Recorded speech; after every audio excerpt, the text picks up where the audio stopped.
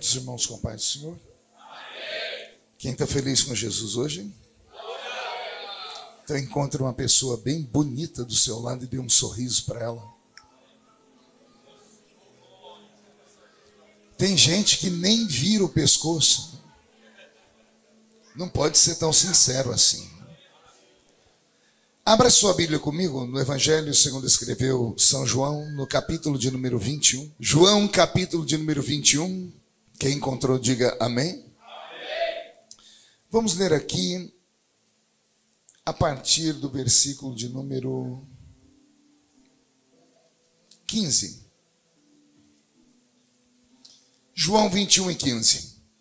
E depois de terem jantado, disse Jesus a Simão Pedro: Simão, filho de Jonas, amas-me mais do que a estes? E ele respondeu: Sim, Senhor, tu sabes que eu te amo.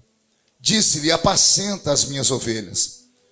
Tornou a dizer a segunda vez: Simão, filho de Jonas, tu me amas? E disse-lhe: Sim, Senhor, tu sabes que eu te amo.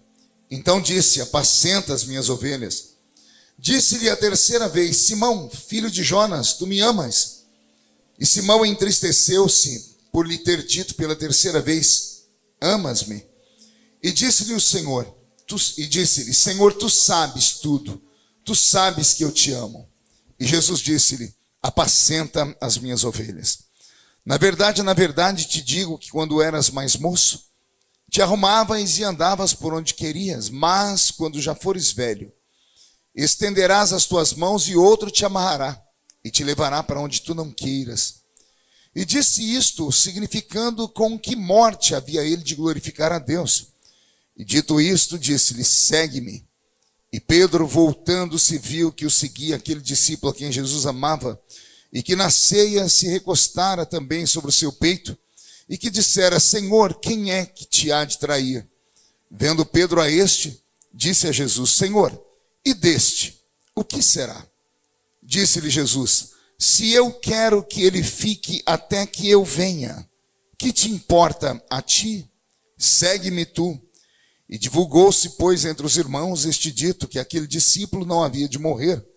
Jesus, porém, não lhe disse que ele não morreria, mas se eu quero que ele fique vivo até que eu venha, que te importa a ti?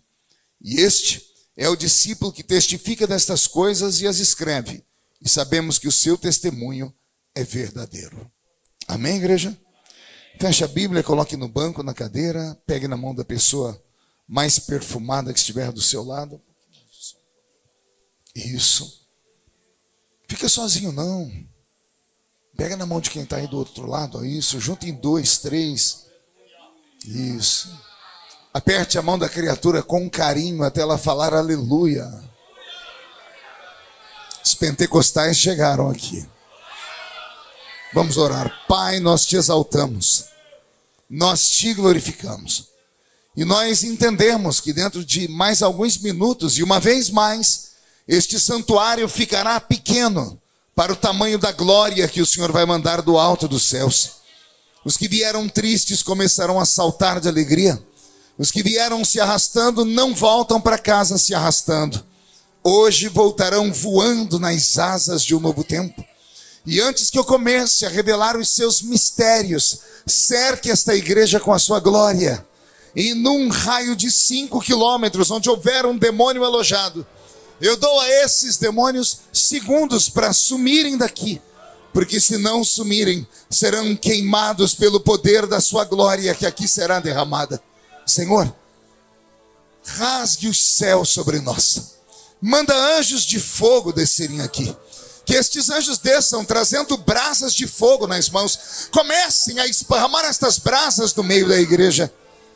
E depois disso mostra que o Senhor ainda é Deus no céu e na terra. Fala conosco, fica conosco. É o que eu te peço agora e sempre. E toda a igreja diz: amém. Os que podem, tomem seu assento aplaudindo a Jesus, porque Ele é bom, porque Ele é maravilhoso. Glória a Deus. Querida igreja, o capítulo 21 do Evangelho de João é um capítulo carregado de mistérios. Mistérios e segredos. No capítulo 21 do Evangelho de João, Jesus está ressuscitado. Diga comigo, ressuscitado. Mais uma vez, ressuscitado. Mas diga para o seu irmão, ele não está glorificado. No capítulo 21 do Evangelho de João, Jesus está diante dos discípulos como um homem. Um homem que havia acabado de jantar com eles. A Bíblia diz aqui que eles estavam no jantar. O corpo ressuscitado que ele arrancou de dentro da tumba era um corpo que precisava de se alimentar, pelo que a gente vê. Você deve se lembrar que momentos antes Jesus estava na beira da praia assando peixe, quando os discípulos tentaram pescar e não conseguiram. Então Jesus, quando arrancou aquele corpo dele da tumba, ele arrancou um corpo que não foi glorificado. Talvez por isso ele tenha dito a Maria, lá no jardim, quando ela olhou para o meio do jardim e começou a gritar, onde colocaram o meu mestre? E de repente ela enxerga um jardineiro. A Bíblia chama ele de hortelão, ou horteleiro. E ela, achando que foi ele que escondeu o corpo, grita, hortelão, horteleiro, onde você colocou o meu mestre? E ele olha para ela e diz assim, Maria. E quando ele diz Maria, ela reconheceu a voz. E ela disse, Rabi, Raboni, mestre, és tu? E ele disse, sou eu, Maria. E ela correu para dar um abraço nele. A Bíblia Sagrada diz que quando ela foi abraçá-lo, Jesus não deixou. Ele estendeu a mão e disse, não me toques. E ele explicou o motivo. Porque eu ainda não fui glorificado. Então há um mistério aqui. Esse corpo que ele tira de dentro da tumba, ele tem qualidades, habilidades que corpo humano não tem. Já começa com um mistério, porque ele estava morto e ressuscitou. Só que ele ressuscitou num corpo de carne e osso. Um corpo de carne e osso sem sangue. E aí começam os mistérios. Como é que um corpo que tem carne e osso pode viver sem ter sangue? Não há uma explicação. Mas talvez por causa da ausência do sangue, esse corpo era cheio de habilidades. Uma delas era atravessar paredes. Sim ou não? Estavam os discípulos reunidos na casa, de repente, do nada, Jesus aparece entre eles, com a mão estendida e vai até Tomé e diz, Tomé, põe o dedo na minha ferida, Tomé. Veja que eu estou vivo. Seja crente, não incrédulo, Tomé. No caminho de Emaús, ele encontra os discípulos, vai conversando com eles, eles o constrangem para que ele entre na casa deles e jante com eles. Era costume naquela época que a pessoa que visitava desse graças pelo alimento. E Jesus pega o pão, ao partir o pão, todos de olhos fechados, aguardando a bênção, e ele diz, graças te dou, meu Pai. Quando ele diz, meu Pai, todo mundo abre o olho, porque nenhum judeu tinha coragem de chamar Deus de Pai. Eles abrem os olhos porque acham que aquele visitante está sendo agressivo. E quando abrem os olhos, cadê o visitante? Eles ouviram a voz dele e quando abriram os olhos, ele já não estava mais ali. O pão está partido na mesa e os discípulos olham um para os outros e começam a dizer, porventura, não ardia o seu coração enquanto ele falava conosco no meio do caminho? Não era um viajante, era o mestre ressuscitado. Era um mestre ressuscitado num corpo com cabelos castanhos, com olhos castanhos, um corpo de 1,80 m, 78, 80 quilos. Era um judeu, nariz adunco, pele acima do caucasiano. Era apenas um homem andando pelas ruas, mas nós sabemos que não era um homem comum. Era o verbo de Deus caminhando pela terra.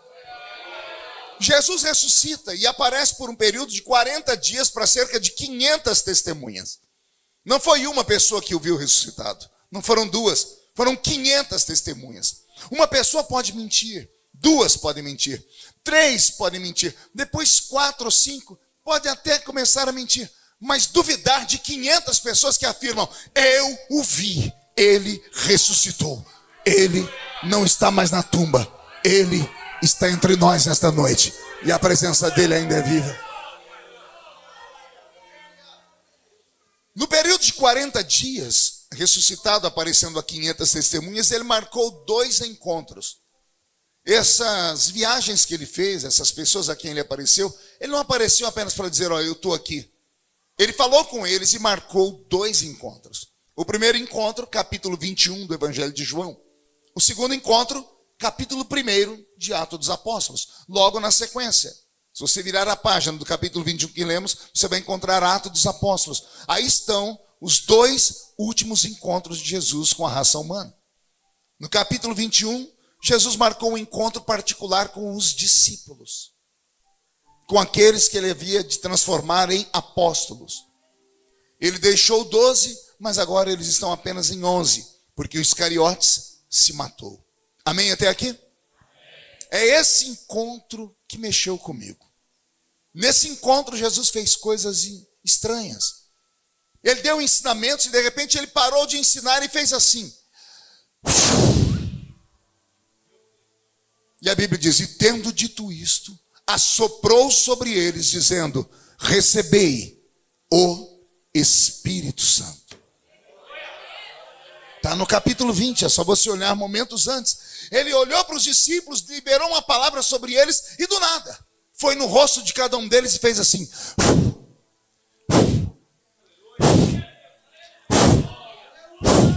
Ele soprou 11 vezes. Ele não soprou de longe assim. Ele foi em cima deles. Ele foi na narina deles. E só temos uma outra passagem na Bíblia parecida com essa. Gênesis capítulo 2, versículo de número 7. Tendo Deus feito o homem do pó da terra, foi a narina do homem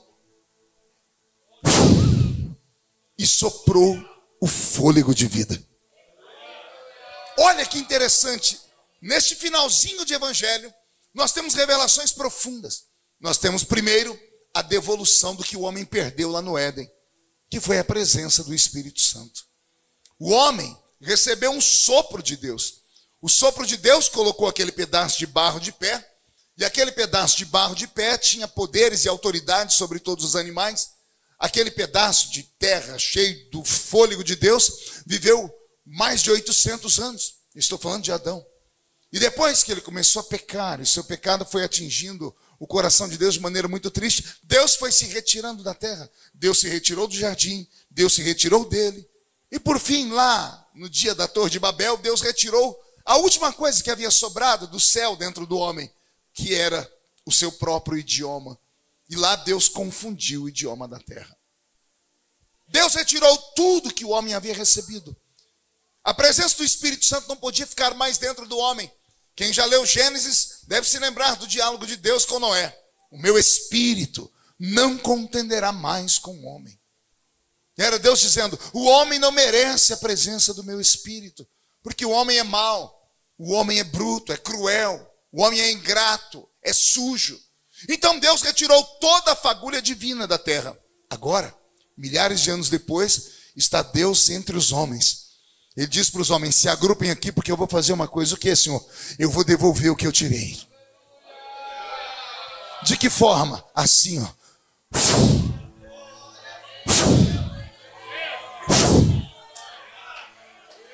Os discípulos receberam o Espírito Santo, mas não receberam de forma plena. Não foi o suficiente. Por isso lá em Lucas 24 e 49, o Senhor Jesus disse, ficai em Jerusalém, até que do alto sejais revestidos de poder. Então eles receberam o Espírito Santo pelo sopro da boca de Cristo, e o Espírito Santo entrou dentro deles. O Senhor disse, agora vocês têm o Espírito Santo aqui, mas não é o suficiente ter ele aqui. Vocês precisam ter ele aqui. Uma coisa é ter o Espírito Santo aqui. Outra coisa é ter o Espírito Santo aqui. Aqui é para a salvação. Aqui é para você poder ser usado por ele nesta terra. Os mesmos discípulos que receberam o sopro da boca de Jesus estavam lá no capítulo 1 e depois do capítulo 2 de Atos dos Apóstolos, quando veio sobre eles o Espírito Santo. Amém até aqui, igreja? Amém. Então veja só, esses últimos 2 capítulos, o 20 e 21 de João e o capítulo 1 de Atos dos Apóstolos, são carregados de histórias fantásticas. E nós, como igreja, precisamos estudar mais a Bíblia e nos familiarizar com esses textos. Deixo aqui apenas esses conselhos para que vocês cresçam em Cristo. Amém? Mas no capítulo 21, depois do jantar, Jesus resolveu bater um papo com Pedro, a quem aqui ele vai chamar de Simão. Interessante. Pedro é o único homem do Novo Testamento que tinha 3 nomes. Alguém se lembra aí ou não? Ele era chamado de Simão. Está aqui Jesus chamando ele de Simão. Ele era chamado de Pedro e também era chamado de Cefas. Quais eram os 3 nomes de Pedro? Uma vez mais, 1, 2, 3. A Bíblia é cheia de mistérios. Por que Pedro era chamado por Jesus de vez em quando de Pedro, de vez em quando de Simão, de vez em quando Jesus chamava ele de Cefas? Pergunte a mim, por quê, pastor? Nível de intimidade.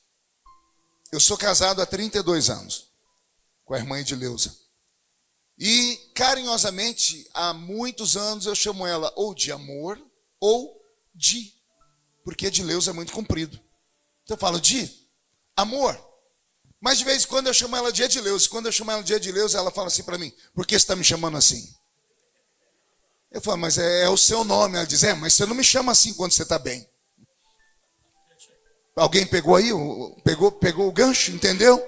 De vez em quando você chama a pessoa porque você está bem. De vez em quando você chama ela por outro nome porque você não está bem. Jesus tinha momentos com Pedro que ele dizia assim, Pedro. Aqui Jesus falou assim, Simão. Jesus estava tranquilo aqui. E de vez em quando Jesus tinha que chamar ele de Cefas. Então isso aqui eu deixo também como um gancho para que os jovens pregadores descubram esses mistérios e para pregar para a igreja. E aí Jesus disse, Simão, e ele, pois não, Senhor. Olha o que Jesus disse para ele. Simão, tu me amas? Ele não pensa 2 vezes. Sim, Senhor, eu te amo. Aí Jesus diz, Simão, tu me amas? E ele diz, sim, Senhor, te amo. E aí Jesus insiste, Simão, tu me amas? E a Bíblia diz, e ele entristecido, por Jesus ter perguntado pela 3ª vez, disse, tu sabes que eu te amo. Porque Jesus perguntou para ele e insistiu por 3 vezes se Pedro o amava. Deixei a pergunta para vocês tentarem imaginar. Por que foi que Jesus insistiu tanto com ele? Nossos pregadores mais antigos vão dizer que foi porque Pedro negou Jesus por 3 vezes, não foi? Então, para cada vez que Pedro negou Jesus, Jesus estaria agora cobrando ele. Tu me amas? Te amo. Tu me amas? Te amo. Tu me amas? Te amo. Ah, agora você me ama. Mas na noite em que eu fui traído, você me negou por 3 vezes. Nossos pais pregavam sobre isso. E é uma interpretação bonita. Mas eu tenho uma mais bonita ainda. Pergunte qual? O Novo Testamento foi escrito na língua grega. E a palavra amor, na língua grega, tem 3 significados. Existem 3 tipos de amor na língua grega. Existe o amor eros, o amor philos e o amor ágape. O amor eros, de erotismo, é o amor entre um homem e uma mulher e um homem. O amor philos é de filiação. É o amor de um pai por um filho, de uma filha por uma mãe. E o amor ágape, esse é um amor quase que impossível, porque é o amor perfeito. Olha que coisa linda, é o amor perfeito. O que é o amor eros? É o amor de paixão, e o apaixonado faz loucuras por aquele por quem ele está apaixonado. Alguém aqui já se apaixonou alguma vez na vida? Levante a mão para eu ver. Meu Deus, que povo insensível. Uma música romântica, Roberto. Você nunca se apaixonou na vida? Seu coração não bate forte ao ouvir o tema de Lara? Chega, volta para o espírito, Roberto. Vou perguntar de novo, alguém aqui já se apaixonou alguma vez na vida? Alguém já fez loucuras porque estava apaixonado? Alguém já fez aquele tipo de loucura assim de contratar um carro de som, botar na porta da casa da pessoa, e alguém com o microfone falando, Maria! Os vizinhos, todo mundo saindo na rua, e você fala, você quer matar a pessoa, né? Por que que as pessoas fazem a gente pagar esse mico? Porque o apaixonado é louco. O apaixonado faz coisas que ninguém acredita. Por quê? Porque é um amor eros. Jesus está falando assim para Pedro, Pedro, você tem um amor louco por mim? Você faria loucuras por mim? E Pedro não pensou duas vezes. Eu te amo, meu amor é louco por ti, eu faço qualquer coisa por ti. Aí Jesus apelou. Pedro, philos me. Primeiro ele disse, Pedro, eros me ama como esse amor de loucura. Agora ele vai falar, Pedro, philos me. Simão, philos me. Você me ama como um pai ama um filho, uma filha ama a mãe. Porque o pai morre pelo filho. O pai mata pelo filho. A mãe faz a mesma coisa. Você teria coragem de matar por mim, Simão? Você teria coragem de morrer pelo meu nome, Simão? E Pedro não pensou duas vezes. Sim, Senhor, eu te amo com esse amor. Aí Jesus apela mais. Pedro, agapas me. O amor ágape. Pedro, agapas me. Quando Jesus disse isso, Pedro começou a ficar triste. Pergunte por quê. O amor ágape, sendo o amor perfeito, é o amor que ama ainda que o outro não retribua o amor. É aquele que ama e por amar, permite que o outro vá embora ser feliz. É abrir mão de si mesmo para que o outro viva, ainda que você carregue um coração quebrado dentro do peito. Jesus está dizendo assim, Pedro, você me ama ainda que eu não te ame? Se eu te mandar embora daqui, você ainda continua me amando? Aí Pedro entristeceu porque ele entendeu o que Jesus estava dizendo. Ele achou que Jesus estava dizendo, eu não te amo mais. O que você me negou. Pedro, agapas me. Ele diz, sim, Senhor. Ainda que o Senhor não me ame, eu te amo. Pedro já tinha dado provas disso. Alguém lembra do encontro dos discípulos com Jesus? Jesus estava muito bravo, mandou todo mundo embora. E ele foi andando sozinho, quando ele olha para trás, lá vem os gatos pingados andando atrás dele, e Pedro está liderando. E Jesus para e diz assim, e vocês não vão embora também não? Ó Pedro dizendo, e para onde iremos nós? Se só tu tens palavra de vida eterna. Bonito isso, não é? Então Pedro começou a caminhar com Jesus depois dessa conversa e fez silêncio. E de repente apareceu na cena João, o que escreveu esse evangelho. O discípulo a quem Jesus amava. E quando Pedro viu João e viu que Jesus não falava nada para ele, ó o curioso do Pedro falando, Senhor, e desse aqui, o que vai ser dele? Pedro sendo Pedro, se preocupando com a vida dos outros. Em vez de se preocupar com a vida dele, que ele acabou de tomar um puxão de orelha, ele está olhando para o Senhor, e desse aqui? Ele dizendo, o senhor não vai chamar a atenção dele também não? O senhor não vai dar uma bronca nele não? Jesus olhou para ele e disse assim, Pedro, que importa que ele viva, até que me veja voltar. Vou falar de novo. Jesus foi incisivo, ele liberou uma palavra que custou muito caro. Que importa que ele viva, até que me veja voltar aqui nesta terra. João vai escrever embaixo dizendo assim, e foi dito entre os irmãos, que aquele discípulo não iria morrer nunca. Foi que está escrito. E foi dito entre os irmãos, que aquele discípulo não morreria nunca. E aí ele tenta explicar, mas não foi isso que Jesus disse. Jesus disse, que importa que ele viva, até que me veja voltar. João escreve o evangelho no fim da vida dele. E ele está explicando o que foi que aconteceu. O que eu vou falar agora não é para crente normal. É só para crente que é maluco. Os normais querem sempre uma explicação lógica para tudo. Então eu cansei de pregar para gente normal. Eu só gosto de pregar para gente doida. Gente que acredita em coisa maluca. Tem algum doido aqui ou não? Não, você está muito certinho para mim. Está aí com a mãozinha no queixo, olhando para o céu, filosofando enquanto eu prego. Está dizendo, to be or not to be, that's the question. Aqui nessa noite não é lugar de culto para gente normal. Eu só quero gente doida aqui. Por isso que trouxeram os Vilmato. Só tem uma dupla de malucos aqui. Só aqueles que acreditam em coisas profundas, dêem glória a Deus.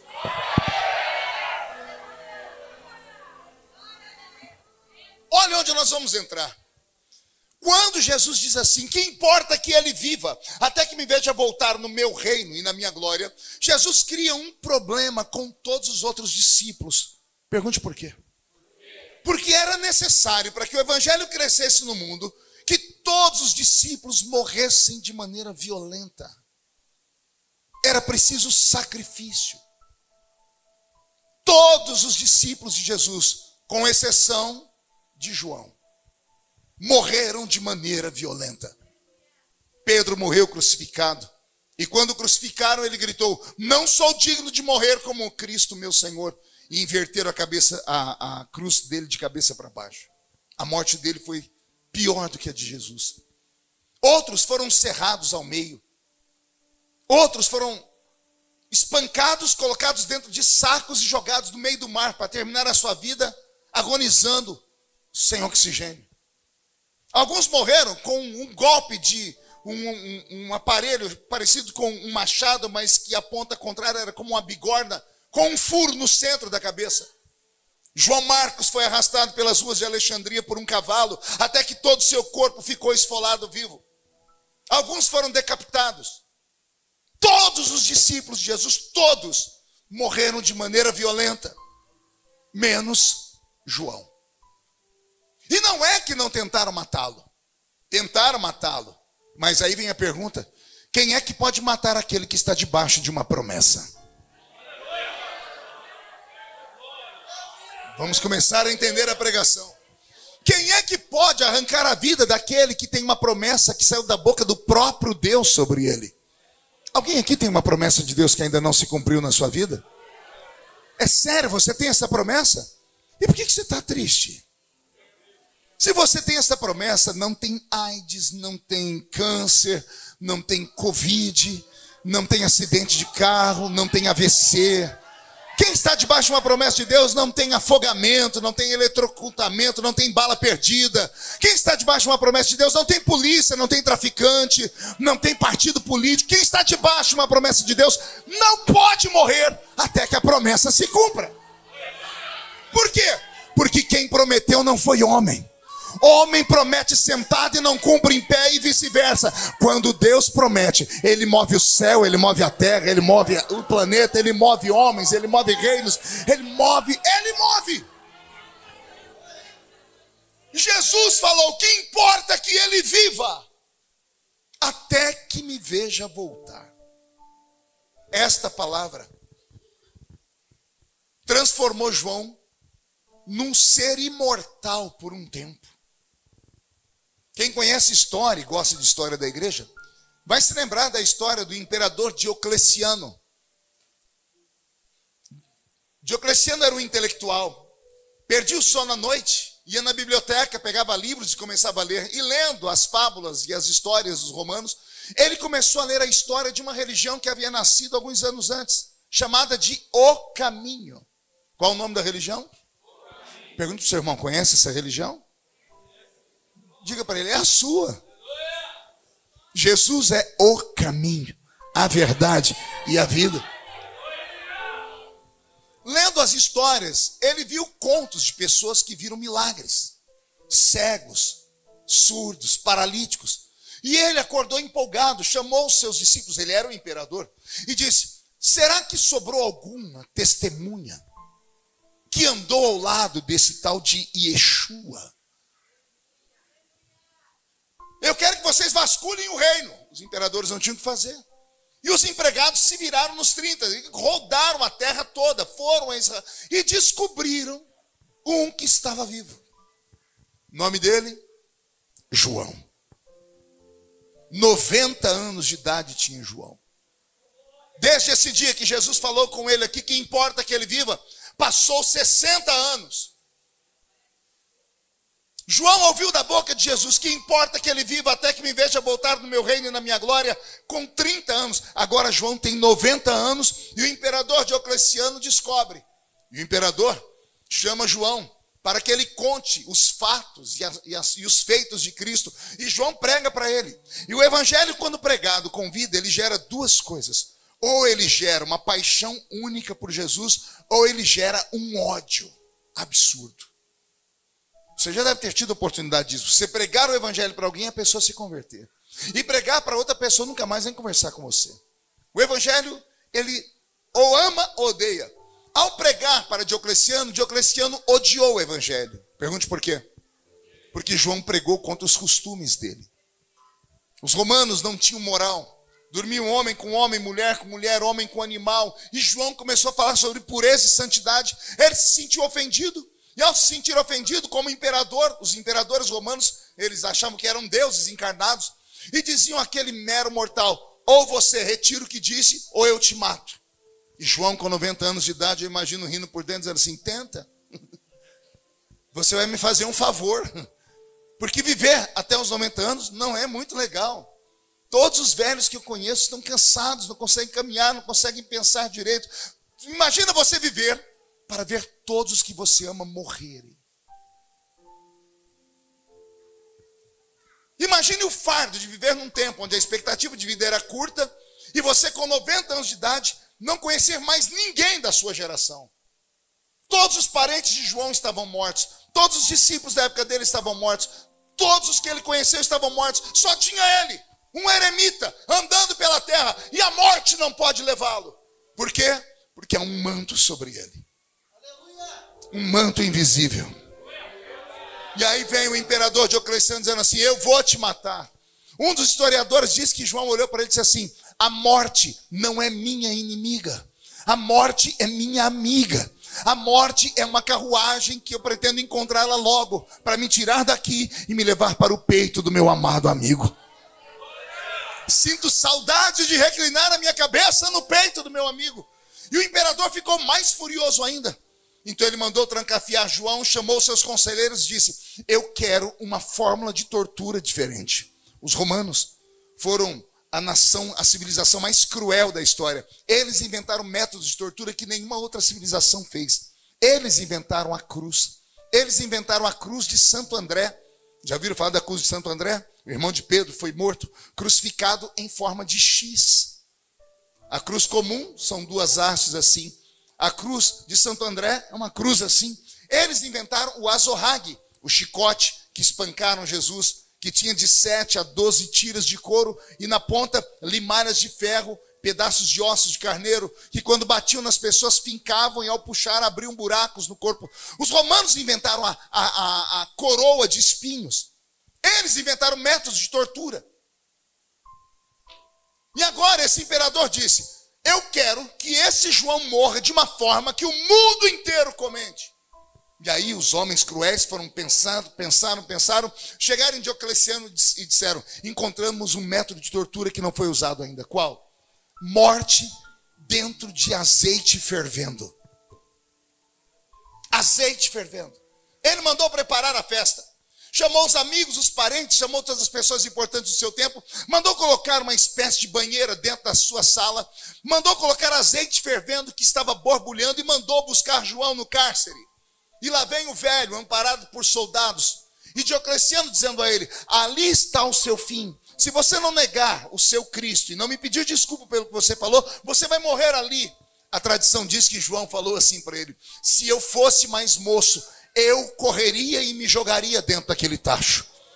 Mas eu não tenho força nas pernas, então peça para os seus soldados me executarem bem rápido. Furioso, Diocleciano deu ordem. Todos os convivas ficaram assustados. Pegaram o velho João, os soldados pegaram João e jogaram ele dentro do tacho de azeite fervendo.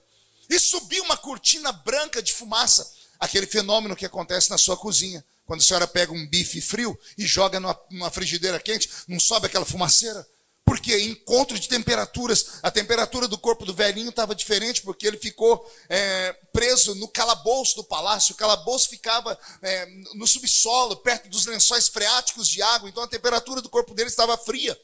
E quando o corpo de João encostou no azeite fervendo, deu um choque térmico, uma química, e subiu uma fumaceira branca e houve-se silêncio. As pessoas pensavam que ele tinha morrido instantaneamente. 90 anos, um choque no azeite fervendo, era para ter morrido na hora. De repente a cortina de fumaça some. E lá está João dentro da banheira, hidratando a pele. Primeira sessão de spa da história. passando azeite quente no rosto, porque diz que o óleo ajuda bastante. E não tem grito, não tem nada. E o imperador diz, mas, por que você não morre? Por que esse azeite não te queima? Um historiador diz que João gritou, é porque o azeite que está dentro de mim é mais quente do que o azeite que está por fora. A presença do Espírito Santo. Aleluia. Com o meu corpo todo arrepiado. João passou a ser temido. Aquele mundo antigo, eles viviam de lendas. E uma das lendas mais antigas era a lenda dos gregos. E os romanos tinham influência dos gregos. Os gregos tinham uma mitologia só deles. Os gregos tinham um céu só deles. Os gregos tinham deuses somente deles. Os gregos tinham uma tríade de deuses que eram compostos de Zeus, Poseidon e Hades. Um deus que cuidava do céu, o outro da terra e o outro do mundo dos mortos. Deuses que de vez em quando saíam do Monte Olimpo, enfadados, ficavam e desciam na terra e namoravam as mulheres. E nasciam deles semideuses. Isso é mitologia. De vez em quando aparece um semideus nas telas de Hollywood. Alguém deve se lembrar do filme Fúria de Titãs, que tem lá Teseu. Aquilo é mitologia grega. Alguém deve se lembrar de Hércules, o poderoso Hércules, os 12 trabalhos de Hércules. Hércules é uma cultura, é uma lenda desse povo grego. Alguém deve ter assistido o filme da Mulher Maravilha. O filme da Mulher Maravilha é baseado nas lendas dos gregos, quando Artemísia dorme com Zeus e nasce uma mortal especial que se torna imortal, na verdade. Então, havia cultura entre eles, o pensamento, que de vez em quando os deuses se misturavam com os homens e nasciam seres humanos esquisitos. Seres humanos que a morte não conseguia pegá-los. Seres humanos que assustavam a todos. E quando eles faziam qualquer coisa para matar alguém e a pessoa não morria, eles ficavam com medo desta pessoa não ser um ser humano normal, e sim de ser um semideus. E com medo de deixar os deuses irados, eles não tocavam mais as pessoas. E levavam essas pessoas para uma ilha chamada Ilha de Patmos. Quem já ouviu falar da Ilha de Patmos? Para os gregos, a Ilha de Patmos era uma ilha encantada. Na mitologia deles havia uma aura, como se fosse magia ao redor da ilha, que prendia os semideuses. Nenhum ser humano gostava de ficar naquela ilha. Ali ficavam pessoas bárbaras, pessoas que a morte não conseguiu levá-las. Isso existe na história. Se você der um Google, você vai ver pessoas extraordinárias. Existem relatos da história de pessoas que ficaram enforcadas numa árvore por 3 dias. E 3 dias depois, indo lá, a pessoa estava viva. De pessoas que ficaram 10 minutos debaixo da água, que é impossível. E essas pessoas sobreviveram. Não há explicação. Biotipo, DNA diferente, resistência, ninguém sabe.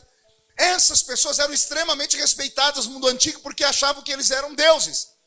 Quando o imperador viu que o azeite não derreteu, João disse, ele não é normal. Ele deve ser filho de um deus. E o imperador não estava errado. Vou falar de novo. O imperador não estava errado. Por exemplo, nessa noite eu estou pregando para os filhos de Deus aqui. Apesar que tem uns que parecem que não são filhos não, né? Porque eu estou pregando e a pessoa não para de me olhar com uma cara feia, miserável. Parece que foi batizada num pote de vinagre. E aqui não é um velório. Se fosse velório eu compreenderia. Mas é um culto de adoração ao Deus vivo. Mas só podem se alegrar o filho que está na casa do pai. Porque o filho sabe que o pai está na casa. O pai está na casa. Posso ouvir um glória a Deus aí? Vamos lá. Amarraram o velho João, que tinha quantos anos? Não ouvi. E jogaram João na ilha de Patmos. A história diz que eles não tinham coragem de atracar o barco. Eles tinham tanto medo dos semideuses que estavam lá, que eles pegavam a pessoa e jogavam no mar, e a pessoa que terminasse nadando até chegar na praia. E de lá não tinha mais para onde ir, não conseguiam sair. Porque uma ilha, ela se fecha como em um anel. Se você sair correndo da praia aqui em uma ilha, daqui a algumas horas você vai voltar no mesmo lugar, porque não tem saída. Não tem saída para a esquerda nem para a direita. Não tem saída para frente. Para trás só tem o mar. Quando João chegou na areia da praia, E ele sabia que ali tinham bandidos que haviam vencido a morte também, um velho de 90 anos. Ele olha para a esquerda, não tem saída, para a direita não tem saída, para frente também não. Ele olha para trás, tem um mar, não há saída para lugar nenhum. Aí o velho João vai começar a ensinar nós, os mais novos. Quando a porta se fechar para a esquerda, quando a porta se fechar para a direita, quando a porta se fechar para frente e para trás, uma porta pode se abrir no céu. E para esta porta se abrir no céu tem um código, pergunte qual? Bater os 2 joelhos no chão. Para abrir uma porta na terra, você bate com a mão, até a porta abrir. A porta do céu, você não bate com a mão, você bate com os joelhos no chão. João caiu de joelhos na ilha e clamou. E quando ele clamou, eu vou deixar ele contar. E eu ouvi uma voz por detrás de mim. Oh, aleluia. Olha João falando, e eu virei para ver quem era.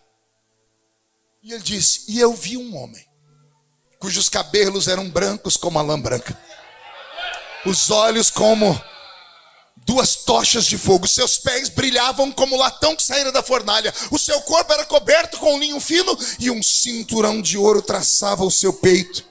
Da sua boca uma espada aguda de 2 fios que gritou assim, João, sobe para cá, João. Aleluia. Bonita a história, não é? Agora vamos às interpretações. Eu ouvi uma voz por detrás de mim e virei para ver quem era. Quem é que estava atrás de João? Não ouvi? A igreja toda. Quem era? Jesus. Por que João não falou isso? Por que ele não disse? E eu virei para ver quem era. E por que ele não disse? E eu vi Jesus. Por que ele não encurtou o caminho? Ao invés dele falar quem era, ele desenhou quem era. Eu virei para ver quem estava atrás de mim. E o cabelo dele era branco. Pergunte, por que ele está falando isso, pastor? Só falo se todo mundo perguntar. Porque há 60 anos atrás, a última vez que ele viu esse homem, ele tinha cabelos castanhos. Os seus olhos eram como tochas de fogo. Mas há 60 anos atrás, a última vez que ele viu, os olhos dele eram castanhos. Os cabelos dele eram brancos como a neve, agora. Mas há 60 anos atrás, o cabelo dele era diferente, encaracolado. O pé dele, a última vez que ele viu, 60 anos atrás, tinha um furo feito por pregos. E agora está reluzindo como latão que saíra da fornalha. João está desenhando Jesus. Pergunte para quê? Para dizer assim, eu estou vendo ele glorificado. Se eu estou vendo ele glorificado, os meus dias estão chegando ao fim. Agora eu já posso descansar. Agora eu já posso morrer, porque a promessa foi essa, que importa que ele viva. Até que me veja voltar. Até que me veja voltar no meu reino e na minha glória. O seu Deus não mente. Eu não sei o que ele te prometeu, eu só sei que ele vai cumprir o que ele te prometeu. Eu não sei quanto tempo ainda falta, mas se ele me trouxe aqui para falar isso é porque está chegando a hora. Porque o seu Deus, quando fala, ele cumpre. Aleluia. Aleluia. Por que no meio da caminhada a gente desanima? Por que no meio da caminhada a gente acaba se enfraquecendo? Hoje, com quase 40 anos de fé, eu tenho a resposta. É que a gente para de olhar para Jesus. A gente resolve olhar para o pregador. A gente resolve olhar para o cantor, para o pastor da igreja. A gente resolve olhar para a placa da igreja, para as doutrinas da igreja. A gente resolve olhar para tudo aquilo que nos ensinaram. E perdemos o foco nele. E aí, vai se cumprir o que disse Salomão. A esperança demorada, ela enfraquece o coração. Toda promessa passa pelo teste do tempo. Toda a promessa de Deus passa pelo teste do tempo. Quando Deus faz uma promessa para alguém, a pessoa fica extremamente feliz. E hoje, experiente como sou, eu vou te dizer, quando Deus te fizer uma promessa, fique feliz, Mas já comece a se preparar. Pergunte para quê? Para tempos de treva, para tempos de provação, para tempos de angústia. Todas as vezes que Deus mira alguém na igreja, levanta um vaso em profecia para falar com aquela pessoa, ao destacar a pessoa, acontece aquilo que acontece na vida pública: prego que desponta, toma martelada. Vitrine bonita demais, chama pedra. Árvore frutífera, recebe pedrada. Todas as vezes que Deus fala com alguém, eu costumo dizer assim, quando Deus levanta um profeta e vai falar com alguém, Deus começa a complicar a vida da pessoa inteira. Vou falar de novo. Se Deus falou com você, sua vida deve estar daquele jeito, uma bagunça. Porque primeiro Deus complica a vida da gente. E leva a gente no limite das nossas forças. E quando você fala, acabou tudo, aí vem Deus do nada e descomplica. É sério, você achava que ia morrer, fala, não, acabou tudo, agora de repente do nada, como num passe de mágica, tudo se resolve. E aí depois que você fica calmo, Deus vem em você e diz assim, agora eu vou te explicar por que eu compliquei. Anotou aí? Primeiro Deus complica, depois Ele descomplica. E só depois Ele explica porque Ele complicou. Vou dar um exemplo bíblico. Moisés. Deus complicou a vida dele inteira. Pergunta onde? Quando o Senhor falou, Moisés, segue a nuvem. A nuvem era o GPS de Deus, o Waze de Deus. Segue a nuvem. Moisés conhecia a terra como a palma da mão dele. Ele era um estudante de astronomia. Os egípcios estudavam as astronomias. As pirâmides de Gizé estão todas elas focadas num ponto que se encontram com constelações celestes. Eles estudavam, Moisés era estudante de astronomia, ele conhecia tudo. Aí Deus diz assim, você não vai seguir o seu pensamento, vai seguir a minha nuvem. E Moisés seguiu a nuvem levou o povo para a frente do Mar Vermelho. Deus complicou a vida dele. Moisés nos trouxe aqui para morrer. Moisés falou, Senhor, a nuvem me trouxe para o mar. Moisés caiu de joelho desesperado. Deus gritou com ele, por que clamas a mim? Engraçado Deus perguntar alguma coisa, ele não sabe a resposta. Não é que Deus não sabe a resposta, Deus estava falando com um homem que não sabia o que estava fazendo. Por que clamas a mim? Era a maneira de Deus dizer, você não tem que clamar a mim, eu já te dei a solução. O que você tem na mão, Moisés? Um pedaço de madeira? Não, Moisés, você tem a chave que vai abrir o Mar Vermelho, Moisés. Vai abrir a porta. Olha só, primeiro Deus complica. Quando Moisés acha que vai morrer, Deus descomplica, fere as águas. Ele toca nas águas, as águas se abrem. Amém? Moisés e todo mundo passa a madrugada inteira viajando, atravessando o mar. Quando chegam do outro lado, Deus fala para todo mundo, esperem aí, do menor ao maior. Enquanto o último não atravessar, ninguém é para caminhar mais. Param todos na margem de lá. Aí Deus diz assim, Moisés, agora olhe para trás e contemple o que eu vou fazer. Hoje eu destruo todos os seus inimigos. Hoje eu entrego todos eles na sua mão. 430 anos de escravidão termina em uma madrugada. A partir de agora vocês são livres. Moisés, vou te explicar porque eu compliquei. Se você segue o seu GPS natural, esses egípcios iriam atormentar vocês pelo resto da vida. Então eu compliquei a sua vida mostrando vocês por um caminho que o inimigo achou que você estava perdido. Por isso que vieram com tudo sobre vocês. Eles estão indo para o rumo do mar, vamos numa emboscada destruí-los. Mas eles não sabiam, Moisés, que eu, Senhor, enxergo o futuro. Então, quem está no centro da vontade de Deus, pode se levantar 11.000 demônios contra eles. 1.000 cai de um lado, 10.000 cai do outro lado, e a pessoa não pode ser atingida. Você precisa estar no centro da vontade de Deus. O centro da vontade de Deus é o lugar mais seguro do mundo. Tem gente que acha que o lugar mais seguro do mundo é a igreja, e não é.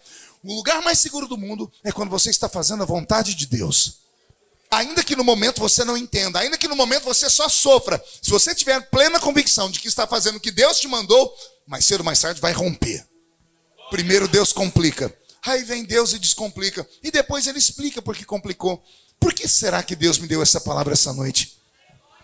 Eu acho que tem gente aqui que está com a vida toda complicada demais, e o Senhor manda te dizer, esta semana ainda. Estou profetizando. Alguém recebe? Acionei o modo profético. nesta semana ainda haverá sinais.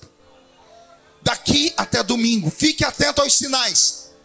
Fique atento a palavras, a louvores, a quem mais vai estar pregando aqui. Fique atento a mensagens. Deus vai te dar uma estratégia tão grande, tão violenta, que o que você acha que agora é morte, será vida amanhã.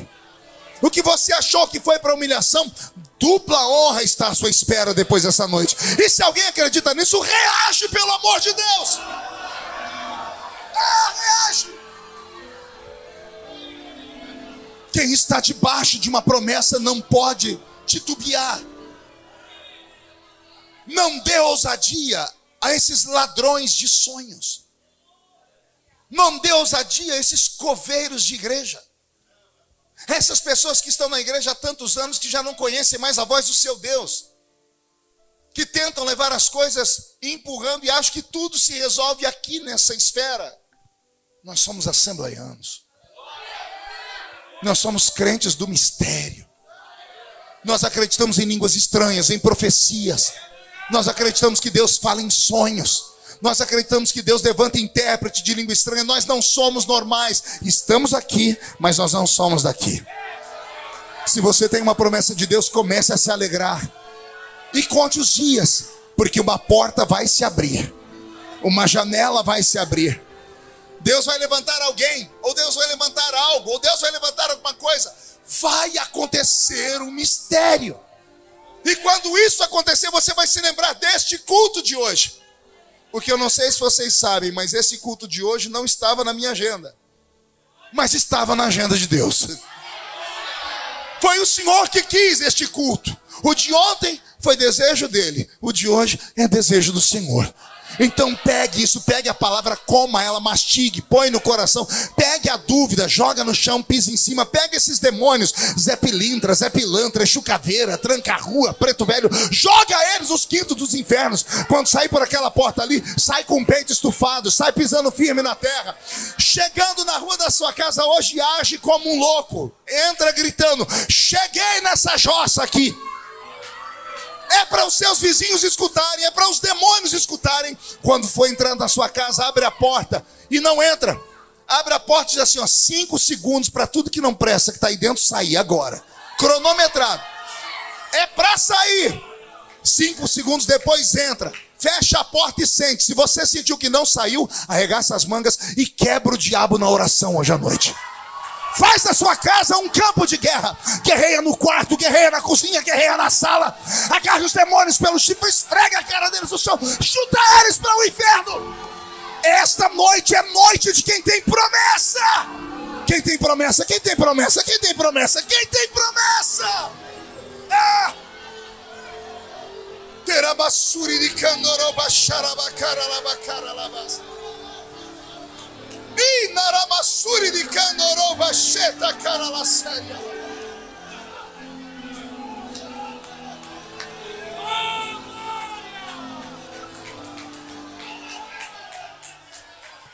Eu vou encerrar. Eu tenho que pegar a estrada para São Paulo agora, mas eu vou encerrar contando uma história. Você já deve ter ouvido ela, mas ouvir pessoalmente é mais gostoso. Eu tinha 15 anos de idade. Estava num culto do círculo de oração. Adolescente em culto de círculo de oração, só se for fanático mesmo. E esse era o meu apelido, fanático. Estava eu sentado lá no último banco, porque as irmãs se reuniam lá na frente, usando um chinelinho havaiana. Quando o chinelo havaiano não era usado em Nova York ainda, tá? Daquelas de antigamente. Quem é daquelas de antigamente aqui? Eu era chamado de chinelinho de fogo. Pergunta por quê? Quando quebrava aquele negócio que segura o chinelo, minha mãe pegava uma ramona. Alguém lembra de ramona? É grampo de cabelo. Ou um prego. Ela esquentava a ponta da ramona do prego, furava aquele negócio e eu continuava usando o chinelo. Só que quando eu passava o pé no chão muito forte, saia faísca. Os irmãos diziam, esse menino é um chinelinho de fogo. Estava eu lá com o meu chinelinho de fogo e o meu embornal. Isso ninguém sabe o que é aqui. Quem sabe o que é embornal aqui? Ah, a turma da roça está aqui. Um negócio que a mãe da gente fazia para a gente levar para a roça, para levar marmita, eu colocava a minha Bíblia, porque eu tinha uma bicicleta barra forte, então para a Bíblia não cair, eu andava com aquele embornal. Estou sentado lá atrás e foi pregar a irmã Geni. A irmã Geni era uma carioca desse tamanhozinho assim, que veio morar aqui no interior de São Paulo. Ela usava um óculos fundo de garrafa. A irmã Geni era muito querida. E eu gostava de vê-la falar por causa do sotaque, né? O sotaque carioca, o carioca não fala, ele canta, né? Ela falando, arrastando aquele S, aquele R. Daqui a pouco ela fez assim. A velha parece que tinha perdido o fôlego. Minhas irmãs, vocês estão vendo o que eu estou vendo? Todo mundo ficou curioso. A irmã Dalva gritou, o que você está vendo? Ela disse, olha aquele menino lá atrás. Todo mundo olhou para trás e eu olhei também. Para ver que... Eu vi que era eu, só tinha eu naquele dia ali. Aí eu falei, ela falou, você menina, ela disse, por que eu estou vendo a bandeira do Brasil enrolando em você? A bandeira do Brasil está te abraçando. E ela falou, vixe, está apertando ele. Ele não pode nem se mexer mais. Daqui a pouco ela parou e fez assim, olha lá, agora ele está voando. E eu olhava para cima, eu estou aqui. Ela, não, olha, ele está voando. As irmãs olhavam para, vixe, agora olha ele lá. Ela começou a apontar para os cantos da igreja. Ele não para de voar mais. Ele vai para lá, ele vai para cá. Agora ele parou. Eu estou vendo um exército de bandeiras. Um monte de bandeiras vindo. Elas param na frente dele e se curvam. E passa. Mas caiu um fogo naquela igreja. E eu pulei naquele dia. Joguei meu embornal para cima. Foi uma glória. Semana seguinte, culto da mocidade. E eu fui escalado para pregar. Todo empolgado. Cheguei lá e comecei a contar o testemunho. A irmã Geni me viu. Embrulhado na bandeira do Brasil. E a bandeira me apertava. Ela me viu voar. Eu ia para lá, ia para cá. Ela viu as bandeiras do mundo pararem na minha frente. E eu esperando a alegria dos jovens, mas caiu um espírito de chocarrice. A molecada começaram a rir, porque moleque jovem com culto tem hora que não funciona. Mas eles riram tanto que eu fiquei constrangido, que eu perdi o que eu estava falando. Eu fiquei com tanta vergonha que eu entreguei o microfone e desci. Fui entrando no meio dos bancos e aqueles amigos da onça começaram a dizer assim para mim, e aí, bandeirinha? Bandeirinha? Foi o meu apelido. Depois me chamaram de homem-pássaro. Super-homem. Porque o homem que voa é um super-homem. E eu sentei nos bancos, e os bancos ficavam assim de frente para o grupo de círculo de oração. O púlpito aqui, a mocidade nessa lateral, e o círculo de oração aqui. E assim como eu fui no culto do círculo de oração, eu olhei para o círculo de oração, no culto de jovens estava a irmã Geni. Eu olhei para aquela velha, mas me deu um ódio dela. Uma raiva. Eu falei, a culpa é dela, eu virei motivo de piada. Quando eu fechei o olho para falar, Senhor, eu estou com raiva, o Senhor disse, o Senhor disse para mim, olha o joelho da irmã Geni. Quando eu olhei, ela estava coçando o joelho. Ela era uma mulher negra, mas o joelho dela estava esbranquiçado. Aí eu me lembrei que aquela mulher orava 10 horas ajoelhada por dia. Aí o Senhor falou para mim, você quer acreditar numa velha que ora 10 horas por dia? Ou você quer acreditar nessa moçada que não fica nem um minuto orando?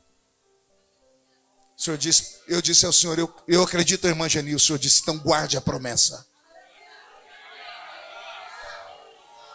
Não deixe que ninguém roube ela. E não é que 3 anos atrás ou 4, eu estava saindo do Cazaquistão. Sabe onde fica isso? Do lado da Rússia. Eu saindo do Cazaquistão, fui entrar no avião presidencial. Fui entrar pelo fundo, porque era por ali que os parlamentares entravam. Mas o cerimonial do avião me chamou e disse, deputado, o presidente pediu para o senhor entrar pela porta da frente, porque o senhor vai ficar na sala especial hoje com ele. Eu não entendi nada, entrei pela porta da frente do avião. Tem uma sala especial no avião presidencial. São 8 poltronas. Uma delas era minha e tinha o meu nome ainda, escrito Marco Feliciano.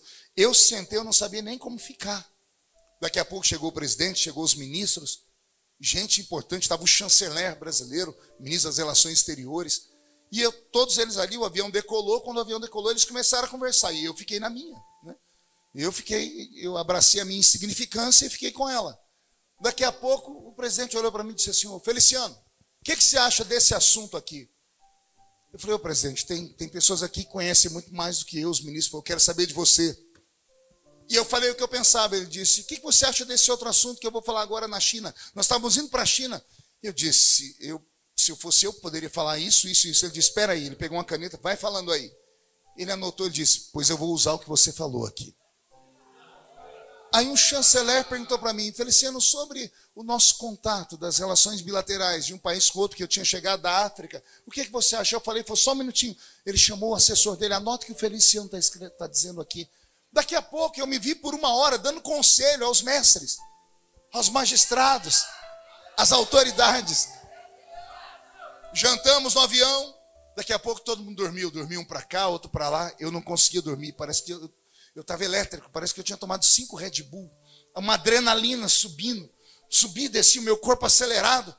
E eu falei: Jesus, por que eu estou assim? Parece que eu vou ter um infarto, o que está acontecendo? Fechei os olhos e comecei a orar. E eu ouvi uma voz que veio aqui no meu ouvido e falou assim para mim: e aí, bandeirinha? Eu sou fiel ou não sou?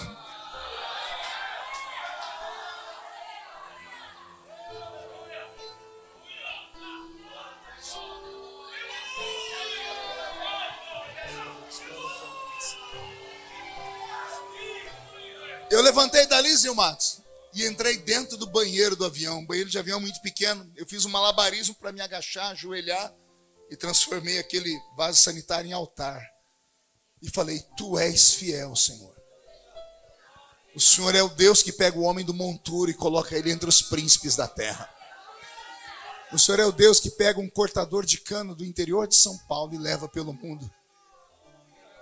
Hoje já são quase 100 países do mundo por onde eu preguei. Mais de 4.000 cidades do Brasil. Passei a tarde comentando com o meu querido filho aqui sobre essas coisas. E falava para ele que a chamada divina, quando vem do céu, ela não vem fácil, mas o Senhor sustenta a pessoa. Eu encerro aqui dizendo que se você tem uma promessa de Deus, você vai viver para ver essa promessa se cumprir. E eu uso a autoridade que Deus me deu nessa noite e libero uma palavra como decreto. Todos aqueles que debocharam de você e riram de você e duvidaram, estão proibidos de morrer até verem o Senhor te exaltar. Eles precisam estar vivos para poder te pedir desculpas ou pedir desculpas ao Deus eterno. Porque Deus não é homem para mentir e não é filho do homem para se arrepender das coisas que ele fala. Jesus passou por aqui dizendo: passa o céu, passa a terra, mas as minhas palavras não passam jamais. Quem está debaixo de uma promessa, fique de pé comigo, por favor. Teramassui andorou, esnerecandorou, labacara, labara, você. Ternai andrebelecandorou, basuria, labacheda. Teloim, telomandre, belecara, latoria, privais, tui, andre, querevesteia, mas. Queria massuri andar aqui, andar abaixo. Narábias, tui, cantorou, de rerebecala.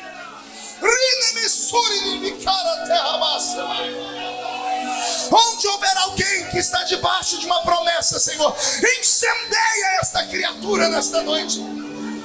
Renova esse homem, renova esta mulher, renova este jovem, renova este obreiro, renova as nossas esperanças.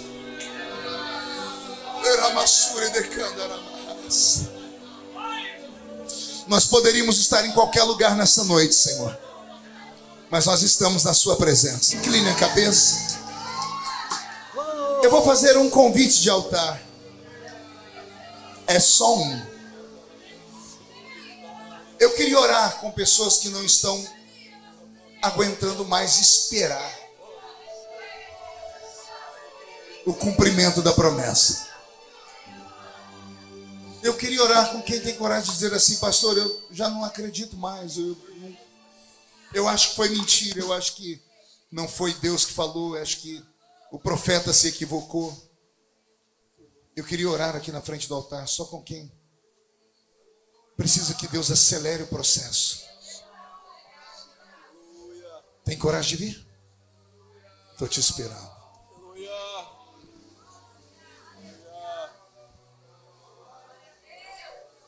Pode vir chorando, mas vem adorando.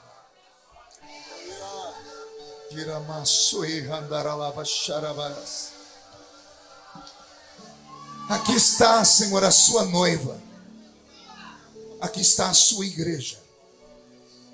Aqui está a sua igreja que aguarda a maior de todas as promessas, que é a sua volta. Mas até a sua volta o Senhor fez outras promessas. O Senhor prometeu salvar a nossa família. O Senhor prometeu aliviar o fardo. O Senhor prometeu nos dar água no meio do deserto. O Senhor prometeu aliviar a nossa alma. O Senhor prometeu aliviar o nosso fardo.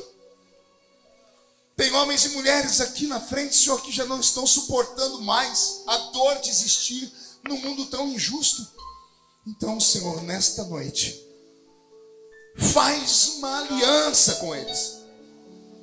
Trabalha, como eu profetizei durante a pregação, esta semana ainda dá sinais para eles. Quem sabe até domingo já teremos testemunhos aqui, meu Pai. Foi o Senhor que falou. Só o Senhor pode cumprir. Quem está debaixo de uma promessa não pode morrer sem ver a promessa se cumprir, meu Pai. Reveste estes homens e essas mulheres de autoridade e dá a eles uma unção tremenda no final desse culto.